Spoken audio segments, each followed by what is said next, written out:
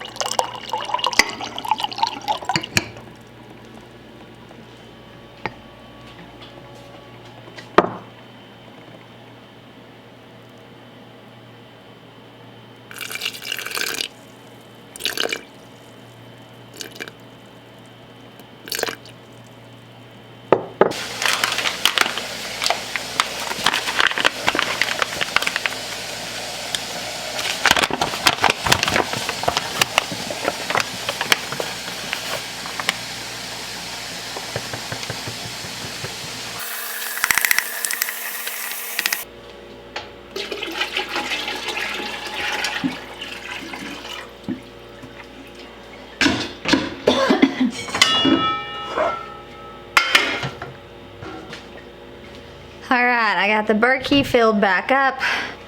That is our, I don't know, we've been getting some questions about this. This is just our like water filtration system. It just kind of like filters literally everything. It makes the water super, super good. And with sourdough, it is kind of good to use that filtered water. But alright, so the plan for today is to start seeds. We walked the farm yesterday and kind of had to reshift some things, reconfigure where we were going to put some things, just because we really wanted to plant a lot of winter squash this year, and we didn't really have a place for that. So we had to move around a few things on our crop plan, get that figured out, and then we're realizing, wow, we really need to be starting seeds. And so that's what I'm going to be doing today, is getting everything ready for that. And we are going to start some flowers, I believe, and maybe a few vegetables like peppers and stuff like that take a bit longer. But let me grab my jacket and we'll head down to the greenhouse. All right, guys, let's go. It has actually been super nice here the last few days. I think tomorrow is when the cold weather's supposed to come back in, but I mean, it's been like 64 degrees here. It's been making it really hard wanting to do work inside, because I just want to be outside working. Oh yeah, it's not bad out here at all. It's probably like, I don't know, in the 50s. Hello. Hello. How's it going? Good. Camera rolling? Yeah, we're rolling. Morning, guys. I'm just shooting a vlog before we get the day started. Yeah? Okay. I'm gonna start seeds this morning, so I'm trying to get everything in the greenhouse ready and situated for that.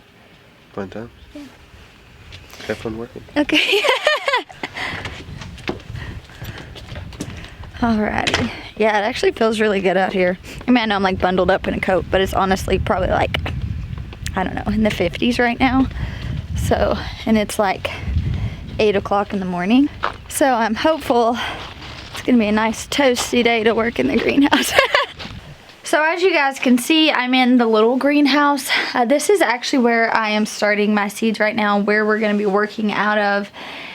When we get ready to switch into starting things for the plant sale, we'll move out into the big seed starting tunnel.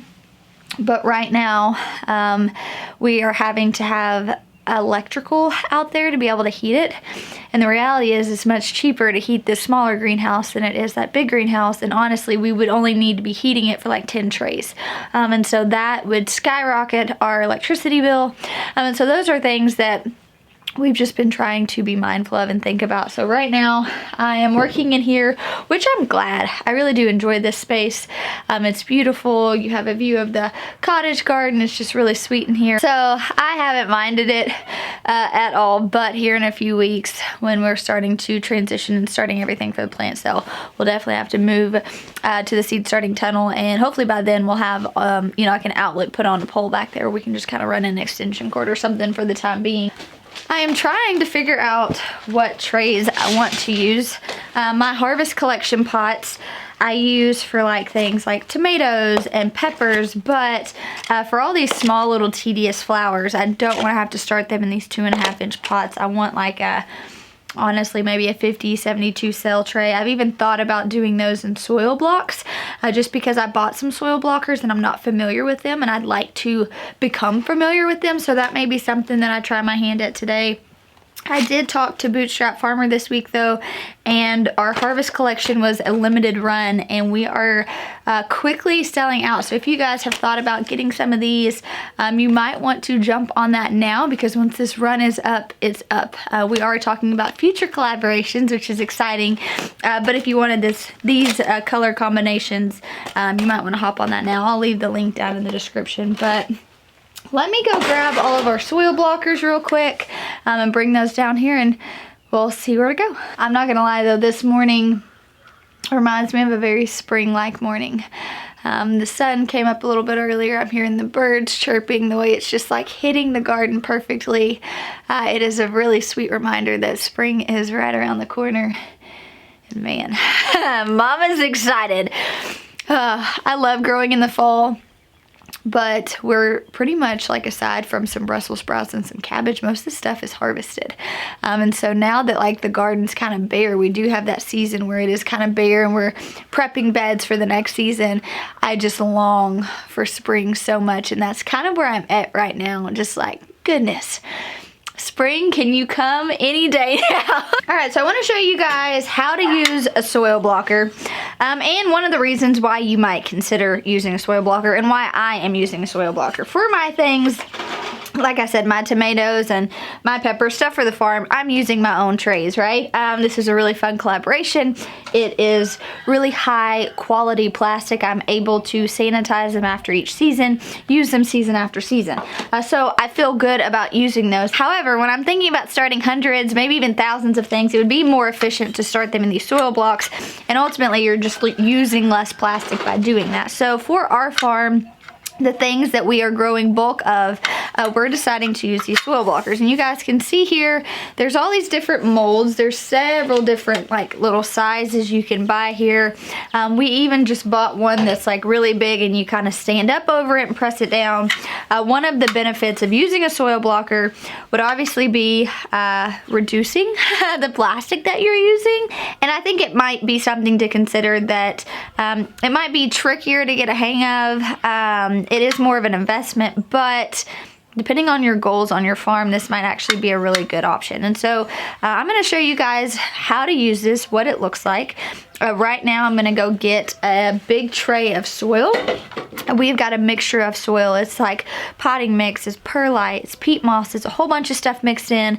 I'm going to wet it down really, really good, bring it back in here, and show you guys how easy it is to use one of these things.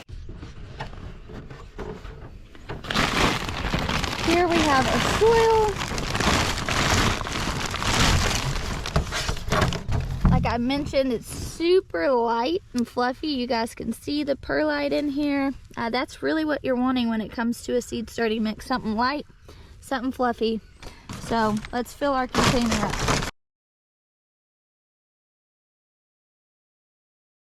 Alright guys, now that I've put that soil in that one container, I'm going to grab one of my Bootstrap pots to be able, once I've made the soil blocks, to put it back in there.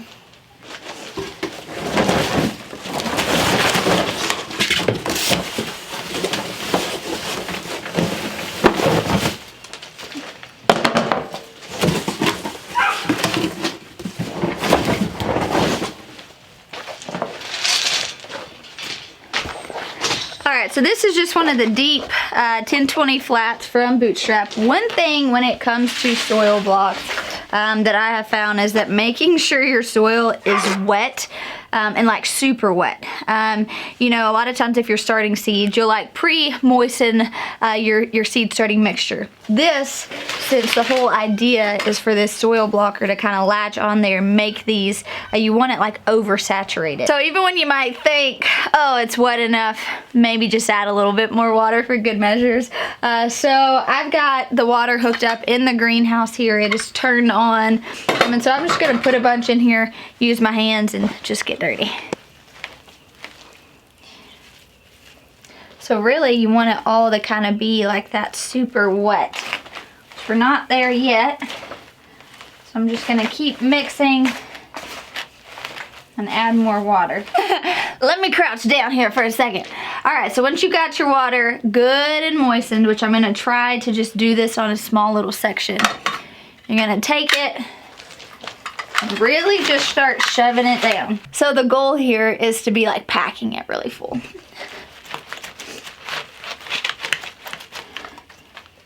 You could even take the heel of your other hand and just really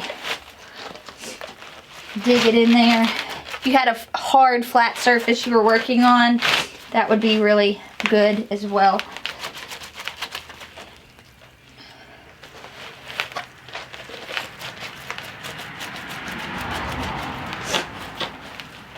Okay. All right, we're gonna see. I'm gonna move this out of the way. I'm gonna move in my other tray. We're gonna see what's happening.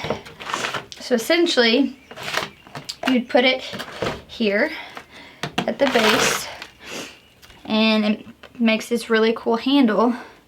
So you're just gonna squeeze it, and it's gonna release the soil that you've packed in, hopefully into these nice little squares. There we go. All right. So you guys can see here, it's crumbling a little, and that's just because it wasn't packed tight enough, or maybe it wasn't wet. But then it has these little dimples in the top, and that's where you actually plant your seed. But look at that, isn't that so cool? So I'm actually really excited to be able to use this method.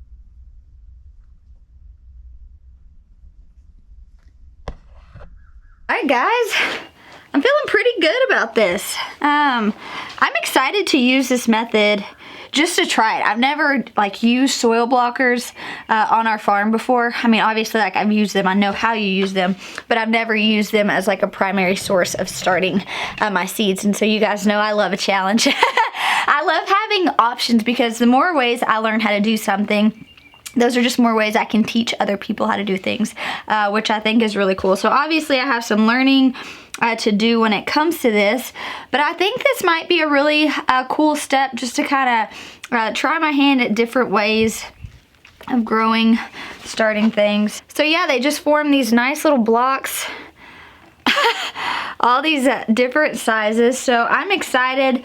As I kind of learn this more, I will, you know, kind of show you guys. I think it'll be cool to add this option of seed starting on our farm too.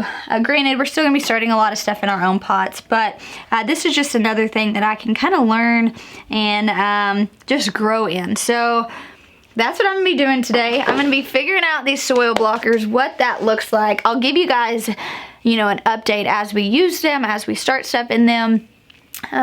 Making sure they're not drying out would probably be a huge concern and something I need to think about, but we'll see. So I've got a lot of work to do and I just spilled a whole lot of soil in my coffee, so I think I'm gonna have to go make another cup. But thank you guys for hanging out with me today. I'll talk to you soon.